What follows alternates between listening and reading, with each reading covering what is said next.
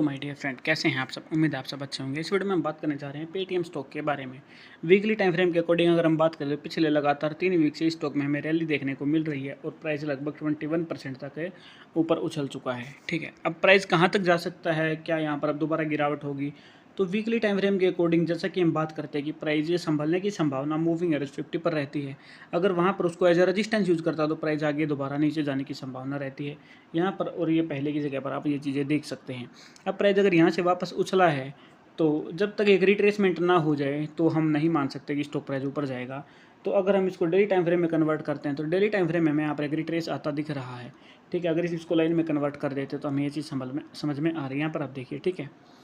तो अब stock price कहाँ तक जा सकता है? तो स्टॉक प्राइस की जाने की संभावना हमारी जो बन रही है वो इस रेंज तक बन रही है। प्राइस की बात करें तो 900 रुपये तक हमें स्टॉक प्राइस जाता दिख सकता है।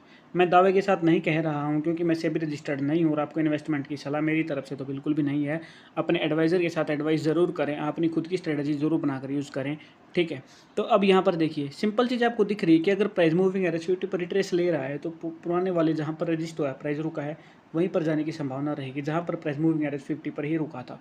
सिंपल एवरेज मेथड है, पिछले 50 दिन या 50 वीक की एवरेज अगर आप निकालते हैं तो ये तरीका काफ़ी कारगर सिद्ध होता है।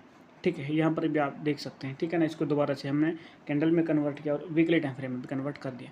तो वीकली टाइम फ्रेम में कन्वर्ट करने के बाद अगर हम लाइन में कन्वर्ट करते हैं तो प्राइस कहाँ पर जाकर संभलता दिख रहा है, ये वाली रेंज पर। ठीक है, यही वो रेंज है जो डेली टाइम फ्रेम के अकॉर्डिंग है और यही वीकली टाइम फ्रेम में भी एक रेंज हमारी सामने आ रही है।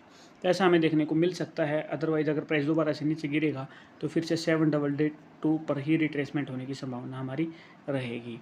तो मुझे उम्मीद है ये चीज़ आपको बिल्कुल क्लियर हुई है। एकदम बेसिक चीज़ें हैं, जितना बेसिक आप चीज़ों को रखोगे उतना हमारे लिए सही रहेगा। मैं फिर से बताना चाहूँगा, सेबी रजिस्टर्ड तो नहीं हूँ, इन्वेस्टमेंट की सलाह नहीं दे रहा हूँ, लेकिन चीज़ें बिल्कुल आसान तरीके से आपको ज़रूर बता रहा हूँ। Thank you very much.